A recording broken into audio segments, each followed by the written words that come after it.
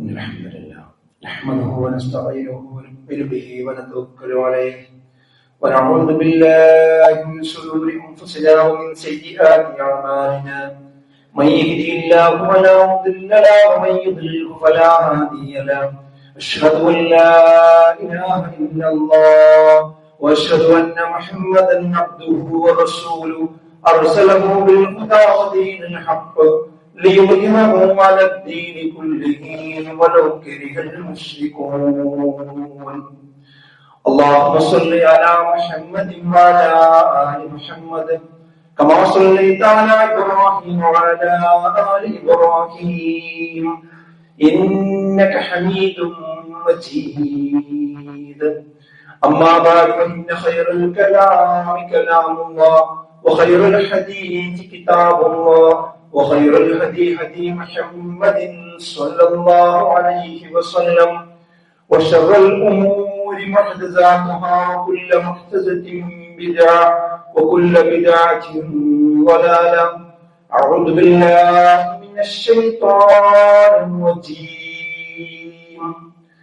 يا أيها الذين آمنوا اتقوا الله حق تقاته ولا تموتن إلا وأنتم مسلمون. بسم الله الرحمن الرحيم. ولقد فتنا الذين من قبلهم فليعلمن الله الذين صدقوا وليعلمن الكاذبين. ബഹുമാന്യനായ സത്യവിശ്വാസികളെ വിശ്വാസം, അള്ളാഹുവിനെ സൂക്ഷിച്ചുകൊണ്ട് അവന്റെ വിധി വിലക്കുകൾ ജീവിതത്തിന്റെ എല്ലാ മേഖലയിലും എല്ലാ സന്ദർഭത്തിലും പാലിച്ചുകൊണ്ട് ജീവിക്കണമെന്നും ഏവരെയും ഓർമ്മപ്പെടുത്തുകയാണ്, വസിയത്ത് ചെയ്യുകയാണ്. എന്തിനാണ് നമ്മുടെ ജീവിതത്തിൽ പ്രതിസന്ധികൾ കടന്നു വരുന്നത്? ഈ ചോദ്യത്തിന് ഉത്തരം കണ്ടെത്തുക എന്നത് വിശ്വാസികൾക്ക് വളരെ അനിവാര്യമാണ്. വിശുദ്ധ ഖുർആനിലും തിരുവചനങ്ങളിൽ ഇതിനുള്ള ഉത്തരങ്ങൾ അനവധി നമുക്ക് കാണാൻ കഴിയും. അതിലേറ്റവും പ്രധാനമായ ഒരു കാര്യം, ഓരോരുത്തരും സത്യത്തോട് എന്ത് നിലപാട് സ്വീകരിക്കും എന്ന് പരീക്ഷിക്കാൻ തന്നെയാണ് പ്രതിസന്ധികൾ അല്ലാഹു ഉണ്ടാക്കുന്നത്. പ്രതിസന്ധികൾ ഉണ്ടാകുമ്പോഴാണ് ഓരോരുത്തരുടെയും നിറം പുറത്തേക്ക് വരിക. ഓരോരുത്തരും എന്താണ്, ആരാണ്, പുറത്തു പറയുന്നതാണോ ഉള്ളിലുള്ളത് എന്നതൊക്കെ വ്യക്തമാവുക ഒരു പ്രയാസം വരുമ്പോഴാണ്. ആർക്കെങ്കിലും ഒരു സാമ്പത്തിക ബുദ്ധിമുട്ടോ പ്രയാസങ്ങളോ ഉണ്ടാകുമ്പോൾ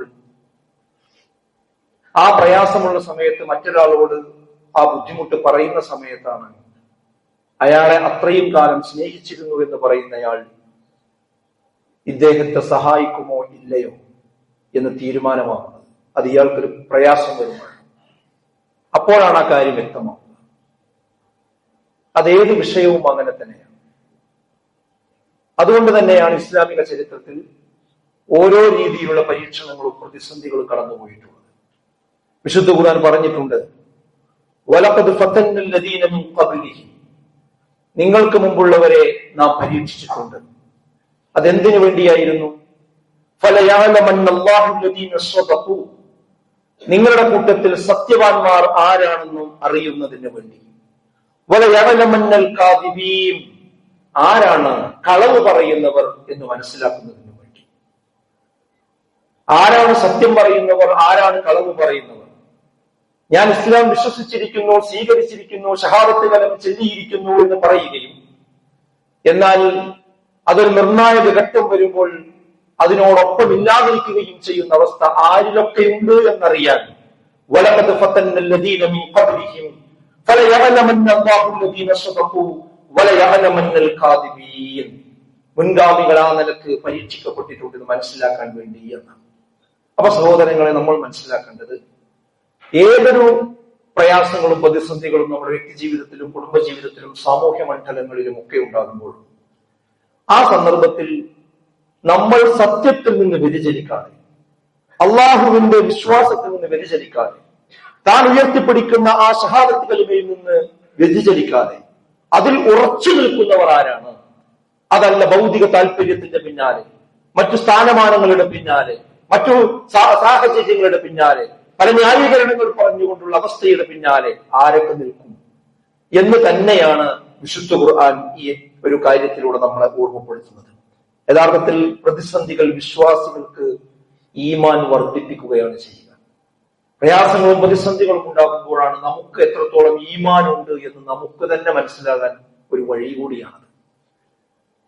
അതാണ് വിശുദ്ധ ഖുർആൻ പറഞ്ഞത്. ഒരുപാട് സന്ദർഭങ്ങൾ നമുക്ക് ചരിത്രത്തിൽ കാണാൻ സാധിക്കും. മൂസാ നബി അലൈഹി സ്വലാത്തു വസ്സലാം ഫിർഔനിൽ നിന്നും രക്ഷപ്പെട്ടു പോകുന്ന ഒരു ഘട്ടം വിശുദ്ധ ഖുർആൻ വിശദീകരിക്കുന്നുണ്ട്. ഫിർഔൻ മൂസാ നബിയെ വെല്ലുവിളിച്ചു. ആ വെല്ലുവിളിയിൽ മൂസാ നബി അലൈഹി സ്വലാത്തു വസ്സലാം വരികയും അദ്ദേഹത്തിന്റെ കയ്യിലുള്ള ആ വടി അവിടെ ഇട്ടപ്പോൾ അത് പാമ്പായി ആ ഫിർഔൻ കൊണ്ടുവന്ന ആളുകളുടെ മുഴുവൻ പാമ്പുകളെയും ഓലപ്പാമ്പുകളെയും അത് വിഴുങ്ങുകയും അങ്ങനെ അതിൽ വിജയിക്കുകയും ചെയ്തു. അപ്പൊ മൂസാ നബി അലൈഹി സ്വലാത്തു വസ്സലാമയെ എതിർക്കാൻ വന്ന ആളുകൾ പോലും, ആ സാഹിര്യങ്ങളായ ആളുകൾ പോലും ഇത് കണ്ടപ്പോൾ മനസ്സിലായി അവർക്ക് ഞങ്ങളെ പോലെ സിഹർ കാണിക്കുകയല്ല മൂസാ നബി അലൈഹി സ്വലാത്തു വസ്സലാം, ഇത് അദ്ദേഹത്തിന് അല്ലാഹുവിൽ നിന്നുള്ള സഹായം തന്നെയാണ്. അതുകൊണ്ട് ഞങ്ങൾ ഇതാ മൂസയിൽ വിശ്വസിച്ചിരിക്കുന്നു എന്ന് അവിടുന്ന് പ്രഖ്യാപിച്ചു. ആ പ്രഖ്യാപനം ഫിർഔന് ഒരിക്കലും പറ്റിയില്ല. അപ്പൊ ഫിർഔൻ പറഞ്ഞു എന്ത്, പല ഉപ്പത്തി അന്ന ഐദിയക്കും, നിങ്ങളുടെ കൈകാലുകൾ ഞാൻ ഛേദിക്കുക തന്നെ ചെയ്യും എന്ന് പറഞ്ഞ് ഭീഷണിപ്പെടുത്തി. ആ ഭീഷണിക്ക് വഴങ്ങാതെ മൂസാ നബി അലൈഹി സ്വലാത്തു വസ്സലാമയും അദ്ദേഹത്തിൽ അപ്പോൾ വിശ്വസിച്ച ആളുകളും അവിടെ നിന്ന് യാത്ര പോവുകയാണ്. പിന്നിൽ ഫിർഔനിലെ സൈന്യമുണ്ട്. ആ ചെങ്കടലിന്റെ വക്കത്തെത്തി. അവിടെ എത്തിയപ്പോൾ കൂടെയുള്ള ആളുകളൊന്ന് പരിഭ്രമിച്ചു. അവര് പറഞ്ഞു, അതിന്റെ അടുത്ത് കണ്ട് കണ്ടുമുട്ടിയപ്പോൾ മൂസാ നബി അലൈഹി സ്വലാത്തു വസ്സലാം പറയാണ്, നമ്മൾ പിടിക്കപ്പെട്ടല്ലോ, മൂസാ നമ്മൾ പിടിക്കപ്പെട്ടല്ലോ എന്നുള്ള ഒരവസ്ഥ അവിടെ വന്നപ്പോൾ അപ്പോഴും മൂസാ നബി അലൈഹി സ്വലാത്തു വസ്സലാമിന് തിരിച്ചു പറഞ്ഞ ഒരു കാര്യമുണ്ട്. അതെന്താ? അദ്ദേഹം പറഞ്ഞു, അങ്ങനെ വേണ്ട, ഇന്നമായ റബ്ബി സയഹ്ദീൻ, ഇന്നമായ റബ്ബി സയഹ്ദീൻ, എന്റെ കൂടെ എന്റെ റബ്ബുണ്ട്, അവനൊരു മാർഗം കാണിക്കാതിരിക്കുകയില്ല എന്നാണ്. അവൻ മാർഗം കാണിക്കുക തന്നെ ചെയ്യുമെന്നാണ്. അതാണ് ഈമാൻ എന്ന് പറയുന്നത്. അതിന് മുന്നിൽ കടലാണ്, പിന്നിൽ സൈന്യമാണ്. കുറച്ച് സമയം കഴിഞ്ഞാൽ അവർ ആക്രമിക്കപ്പെടാൻ പോവുകയാണ്. കൂടെയുള്ളവർ പരിഭ്രമിക്കുകയാണ്. അപ്പോഴും അവർ മൂസാ നബി അലൈഹി സ്വലാത്തു വസ്സലാം നിസ്സംശയം പറയുകയാണ്, ഇന്നമായ റബ്ബി സയഹ്ദീൻ, എന്റെ കൂടെ എന്റെ റബ്ബുണ്ട്, റബ്ബ് ഒരു വഴി കാണിക്കാതിരിക്കുകയില്ല. ഇതാണ് ഒരു വിശ്വാസിക്ക് പ്രതിസന്ധി ഘട്ടങ്ങളിൽ ഉണ്ടാകേണ്ടുന്ന ഒരു കാര്യം. നബി സല്ലല്ലാഹു അലൈഹി വസല്ലമയും അബൂബക്കർ റളിയല്ലാഹു അൻഹും കൂടി ഹിജ്റ പോകുന്നതിനായി രാത്രിയിൽ പുറപ്പെട്ട് തൗർ ഗുഹയിൽ അകപ്പെട്ട സമയം നമുക്ക് എല്ലാവർക്കും അറിയാം. ആ തൗർ ഗുഹയിൽ രാത്രി സമയത്ത് അതിനുള്ളിൽ കയറി അബൂബക്കർ റളിയല്ലാഹുവും നബി സല്ലല്ലാഹു അലൈഹി വസല്ലമയും ഇരിക്കുന്ന സമയത്ത് ശത്രുക്കള് ആ ഗുഹാമുഖത്തിന്റെ അപ്പുറത്ത് കൂടി ഇങ്ങനെ അങ്ങോട്ടും ഇങ്ങോട്ടും നടക്കുക. അപ്പോ അബൂബക്കർ റളിയല്ലാഹു അൻഹു നബിയോട് പറഞ്ഞു, അവരെങ്ങാനൊന്ന് താഴ്ന്നു നോക്കിയാൽ, ആ ഗുഹയിൽ അകപ്പെട്ട ഞാൻ നബി സല്ലല്ലാഹു അലൈഹി വസല്ലമയുടെ കൂടെ ഗുഹയിൽ അകപ്പെട്ട സന്ദർഭം, ആ മുശ്രിക്കീങ്ങൾ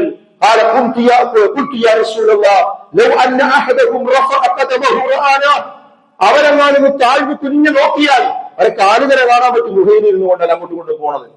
അപ്പൊ അബൂബക്കർ പറയാൻ, അവരൊന്ന് കുനിഞ്ഞു നോക്കിയാൽ അവർ നമ്മളെ കാണില്ലേ റസൂലേ എന്ന് ചോദിച്ചു. റസൂലുള്ളാഹി സ്വല്ലല്ലാഹു അലൈഹി വസല്ലം മറുപടി എന്താ? അവിടുന്ന് പറഞ്ഞു, എന്താണ് അബൂബക്കർ താങ്കൾ പറയുന്നത്? നമ്മൾ രണ്ടുപേർ മാത്രമാണെന്നാണോ താങ്കൾ പറയുന്നത്?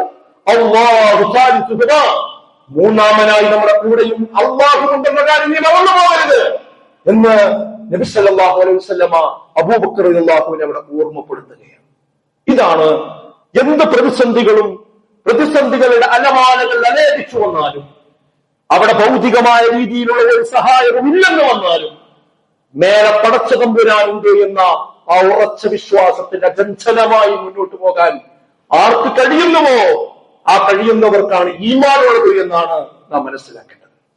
ആ ഈമാൻ പരീക്ഷിക്കപ്പെട്ടുകൊണ്ടിരിക്കുന്ന ഒരു കാലഘട്ടത്തിലൂടെയാണ് നമ്മൾ മുന്നോട്ട് പോകുന്നത്.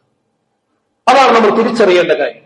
ഇത്തരം പ്രതിസന്ധി ഘട്ടങ്ങളിൽ ആര് നമ്മളെ സഹായിച്ചില്ല എങ്കിലും പടച്ച തമ്പുരാൻ സഹായിക്കുന്നത് ചരിത്രമാണ്. വിശുദ്ധ ഖുർആനിൽ അവതരിപ്പിക്കുന്ന ചരിത്രമാണ്. ഇല്ലാ തൻസുറൂഹു അദ്ദേഹത്തെ നിങ്ങൾ സഹായിക്കുന്നില്ലെങ്കിൽ അള്ളാഹു സഹായിക്കുക തന്നെ ചെയ്യും എന്ന് വിശുദ്ധ ഖുർആനിലൂടെ നമുക്ക് കാണാൻ പറ്റും. ആയത്തിന്റെ ബാക്കിയിൽ പറയുന്നതിലേക്ക് നിങ്ങൾ ലാ തഹ്സൻ, നീ ഒരിക്കലും ദുഃഖിക്കേണ്ടി വരില്ല. ഇന്നല്ലാഹു മഅനാ, നിശ്ചയമായും നമ്മുടെ കൂടെ അള്ളാഹുണ്ട്. ഫഅൻസലല്ലാഹു സകീനതഹു അലൈഹി, അദ്ദേഹത്തിന്റെ മുകളിൽ ശാന്തി അള്ളാഹു ഇറക്കുക തന്നെ ചെയ്തു. വഅയ്യദഹു ബിജുനൂദിൻ ലം തറൗഹാ, കാണാത്ത ഒരു സൈന്യത്തെ കൊണ്ട് അദ്ദേഹത്തെ ബലപ്പെടുത്തുകയും ചെയ്തു. വവജഅല കലിമത്തല്ലദീന കഫറു സുഫ്ലാ, ആ അവിശ്വാസികളായ ആളുകളുടെ വാചകങ്ങൾ താഴ്ന്നു പോവുകയും ചെയ്തു. വകലിമത്തുല്ലാഹിൽ ഉൽയാ, അല്ലാഹുവിന്റെ വചനം ഉയർന്നു നിൽക്കുകയും ചെയ്തു. അല്ലാഹു അസീസുൻ ഹകീം, അല്ലാഹു പ്രതാപശാലിയും യുക്തിമാനുമാകുന്നുവെന്നാണ്. പടച്ചോനാണ് ഈ ലോകം നിയന്ത്രിക്കുന്നത്. നമ്മളെല്ലാവരും പടപ്പുകളാണ്. ഒരാളുടെ ഹൃദയം എപ്പോൾ മിടിക്കണം, എപ്പോൾ നിൽക്കണം എന്ന് തീരുമാനിക്കുന്നത് റബ്ബുൽ ആലമീനാണ്. ഈ ഭൂമി ലോകത്ത് എന്ത് നടക്കണമെന്ന് തീരുമാനിക്കുന്നത് പടച്ച തമ്പുരാണ്. അത് ഇന്ന് എഴുതി വെച്ചതല്ല. ഇവിടെ ഖിയാമത്ത് നാൾ വരെ ഈ ലോകത്ത് നടക്കുന്ന മുഴുവൻ കാര്യങ്ങളും അല്ലാഹുവിന്റെ ഗ്രന്ഥത്തിലുണ്ട്. അതിലുറച്ചു വിശ്വസിക്കുന്ന ഒരു വിശ്വാസിയെ സംബന്ധിച്ചിടത്തോളം അചഞ്ചലമായി ഏതൊരു പ്രതിസന്ധി ഘട്ടത്തിലും മുന്നോട്ട് പോകുവാൻ കഴിയുക തന്നെ ചെയ്യുമെന്നതാണ് ഈ ഇസ്ലാമിലെ ചരിത്രം നമ്മോട് പറയുന്നത്. യാക്കൂബ് നബിക്ക് മകൻ യൂസുഫിനെ നഷ്ടപ്പെട്ട് വർഷങ്ങൾ കഴിഞ്ഞിട്ടും അദ്ദേഹം അള്ളാഹുവിനുള്ള പ്രതീക്ഷ കൈവിടുന്നില്ല. ഒരു ദിവസമല്ല, 2 ദിവസമല്ല, വർഷങ്ങൾ കഴിഞ്ഞിട്ടും അദ്ദേഹം അത് പ്രതീക്ഷ കൈവിടുന്നില്ല. യാ ബുനയ്യ ഇദ്ഹബൂ ഫതഹസ്സസൂ, മക്കളെ നിങ്ങൾ വിവരം പോയി ഒന്ന് അന്വേഷിക്കുകയും പോയി നിങ്ങൾ വിവരം അന്വേഷിക്കും. യൂസുഫ വഅഖീഹി, യൂസുഫിന്റെയും അവന്റെ സഹോദരന്റെയും. ഒരിക്കലും തന്നെ അല്ലാഹുവിന്റെ ആശ്വാസത്തെ കുറിച്ച് നിങ്ങൾ നിരാശപ്പെടാൻ പാടില്ല.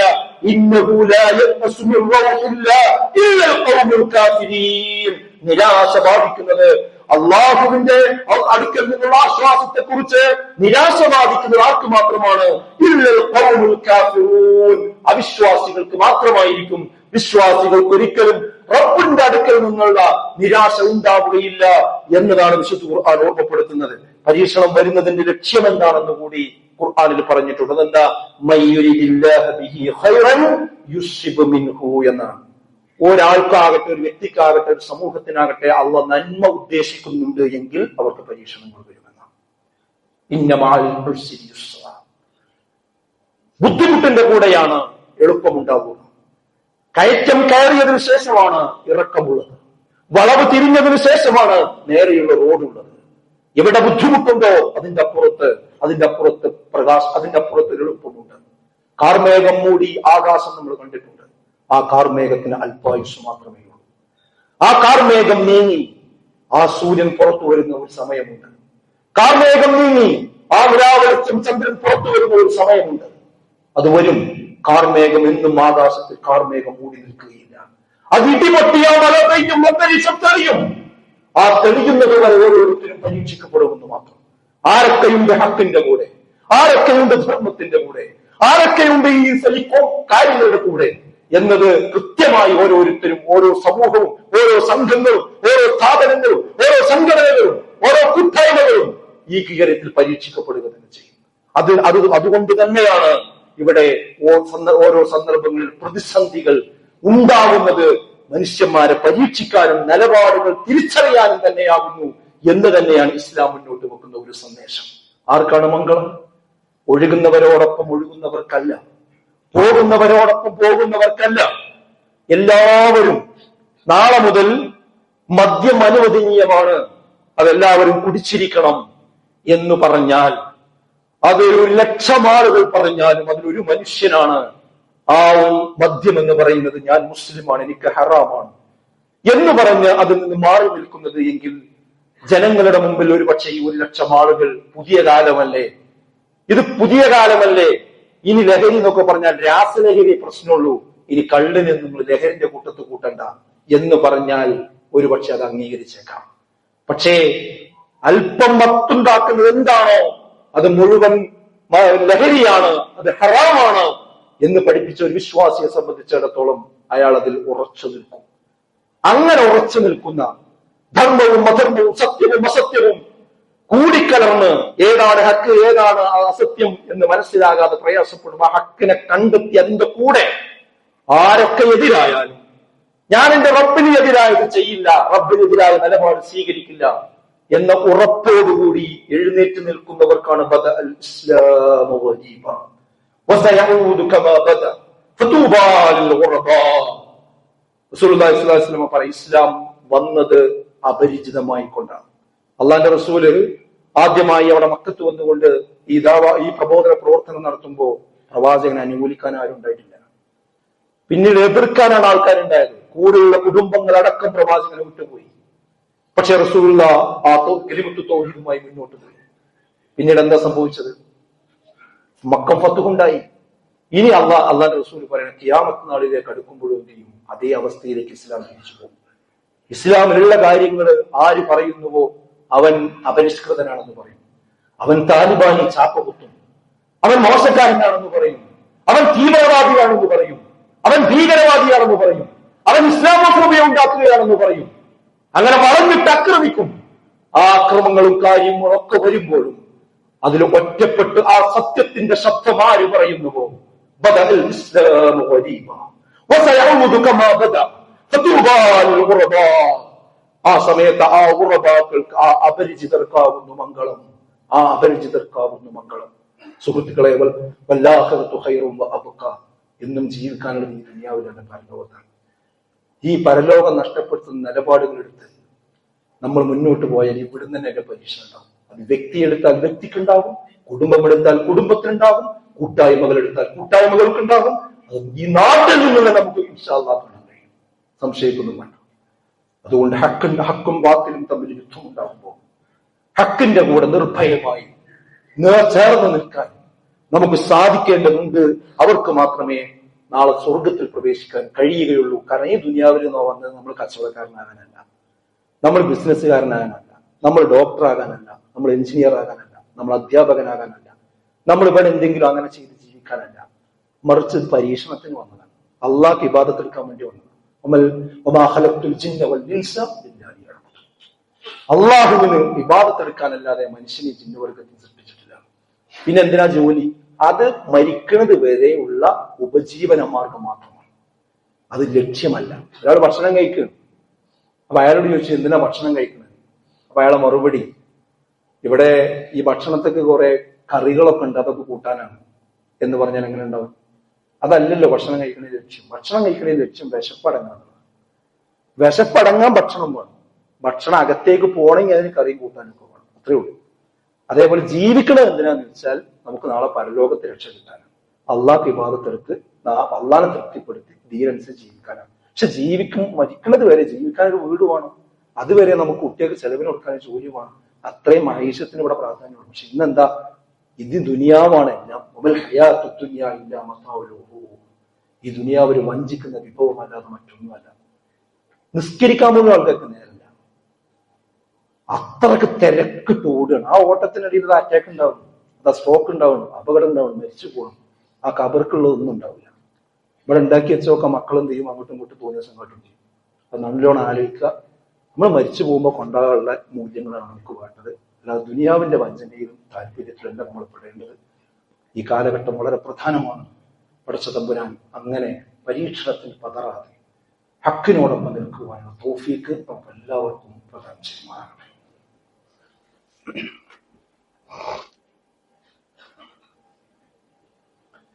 അൽഹംദുലില്ലാഹ് വസ്സലാത്തു വസ്സലാമു അലാ റസൂലില്ലാഹ് വഅലാ ആലിഹി വസഹ്ബിഹി അജ്മഈൻ. ബഹുമാന്യരായ സത്യവിശ്വാസികളെ, വിശ്വാസികൾ, അള്ളാഹുവിനെ സൂക്ഷിച്ച് ജീവിക്കണമെന്ന് ഒരിക്കൽ കൂടി ഓർമ്മപ്പെടുത്തുകയാണ്, വസിയത്ത് ചെയ്യുകയാണ്. നമ്മൾ മുഹറം മാസത്തിലാണുള്ളത്. മുഹറം മാസത്തിന്റെ പ്രത്യേകത ഹിജറ കലണ്ടറിൽ 1ാമത്തെ മാസമാണ്. അഥവാ മുസ്ലിമീങ്ങളെ സംബന്ധിച്ചിടത്തോളം ഇത് പുതുവർഷമാണ് മുഹറം മാസം എന്ന് പറയുന്നത്. ഒരു കാര്യം നമ്മൾ ചിന്തിക്കേണ്ടത്, നമുക്കൊരു വയസ്സ് കൂടിയിരിക്കും. അതാണ് ഓരോരുത്തരും ചിന്തിക്കേണ്ട ഒരു കാര്യം. വയസ്സ് കൂടുന്തോറും നമുക്ക് വിവേകം വർദ്ധിക്കണം, നമ്മുടെ ആത്മവിചാരണ വർദ്ധിക്കണം. നമ്മളിങ്ങനെ മരണത്തിലേക്കുള്ള സമയം ഇങ്ങനെ അടുത്തുകൊണ്ടിരിക്കണം എന്നൊരു ഓർമ്മ നമുക്ക് വേണം. അതാണ് ഒന്നാമത്തെ കാര്യം. രണ്ടാമത്തത്, ഈ മുഹറം മാസത്തിൽ റസൂലുള്ളാഹി സ്വല്ലല്ലാഹു അലൈഹി വസല്ലമ വലിയൊരു പുണ്യം കിട്ടുന്ന കാര്യം നമ്മളെ പഠിപ്പിക്കുന്നുണ്ട്. അഫ്ളലു സിയാമി ബഅദ റമദാൻ, റമദാനിന് ശേഷമുള്ള ഏറ്റവും അഫ്ളലായിട്ടുള്ള നോമ്പ് എന്ന് പറയുന്നത് ഷഹ്റുല്ലാഹിൽ മുഹറം, അള്ളാഹുവിന്റെ മാസം എന്ന പേരിൽ അറിയപ്പെടുന്ന മുഹറം മാസത്തിലെ നോമ്പാകുന്നു. വഅഫ്ളലുസ് സ്വലാത്തി ബഅദൽ ഫരീദത്തി സ്വലാത്തുൽ ലൈൽ, അതുപോലെ തന്നെ നിർബന്ധ നമസ്കാരങ്ങൾക്ക് ശേഷമുള്ള ഏറ്റവും പുണ്യമുള്ള നമസ്കാരം എന്ന് പറയുന്നത് സ്വലാത്തുൽ ലൈൽ, രാത്രിയുള്ള നമസ്കാരമാകുന്നു എന്നാണ്. വസിയാമു യൗമി ആശൂറ അഹ്തസിബു അലല്ലാഹി അൻ യുകഫറ അസ്സനത അല്ലതി ഖബലഹ, ആശൂറ നോമ്പ് എന്ന് പറയുന്നത് കഴിഞ്ഞുപോയ വർഷത്തെ മുഴുവൻ പാപങ്ങളും പുറത്തു കിട്ടുന്ന നോമ്പാകുന്നു എന്നാണ്. അപ്പൊ സഹോദരങ്ങളെ, ഈ നോമ്പ് നോൽക്കാൻ വേണ്ടി നമ്മൾ ശ്രദ്ധിക്കുക. ഈ വരുന്ന 6, 7 തീയതികളിൽ അഥവാ ഞായർ, തിങ്കൾ ദിവസങ്ങളിലാണ് നമുക്ക് കേരളത്തിൽ നോമ്പുള്ളത്. ഈ കഴിഞ്ഞ മാസപ്പിറവി ദർശിക്കുന്ന ദിവസം നിങ്ങൾക്കറിയാം, ശക്തമായ മഴയായിരുന്നു. 7 ജില്ലകളിൽ അന്ന് അവധിയായിരുന്നു സ്കൂളിലൊക്കെ. അത്രയ്ക്ക് ശക്തമായ മഴയായി. അതുകൊണ്ട് കാർമേഘം മൂടി മഴയായതുകൊണ്ട് തന്നെ അന്ന് കൂടുതൽ സമയമുണ്ടായിട്ട് മാസം കണ്ടിട്ടില്ല.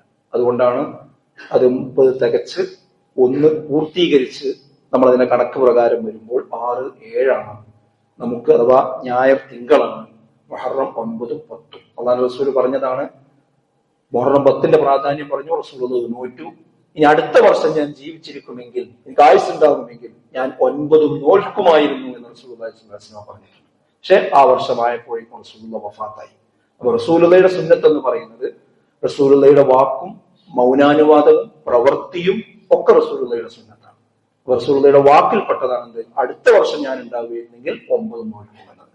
അപ്പൊ നമ്മളെ സംബന്ധിച്ചിടത്തോളം 9, 10 നമ്മളെ സംബന്ധിച്ചിടത്തോളം നമുക്ക് സുന്നത്തായ കാര്യമാണ്, നോമ്പാണ്. ആ ദിവസങ്ങളിൽ ആ നോമ്പ് നോക്കാൻ നമ്മൾ ശ്രദ്ധിക്കുക, അതിന്റെ പുണ്യം നേടുക. അല്ലാഹു അതിനുള്ള തൗഫീഖ് നൽകി അനുഗ്രഹിക്കുമാറാകട്ടെ. നമ്മുടെ ജീവിതത്തിൽ വന്നുപോയ ചെറുതും വലുതുമായ എല്ലാ പാപങ്ങളും അല്ലാഹു നമുക്ക് വിട്ടുപുറത്ത് മാപ്പാക്കി തരുമാറാകട്ടെ. നമ്മുടെ കൂട്ടത്തിൽ രോഗം കൊണ്ട് കഷ്ടപ്പെടുന്ന എല്ലാവർക്കും അല്ലാഹു ആശ്വാസവും ശമനവും നൽകി അനുഗ്രഹിക്കുമാറാകട്ടെ.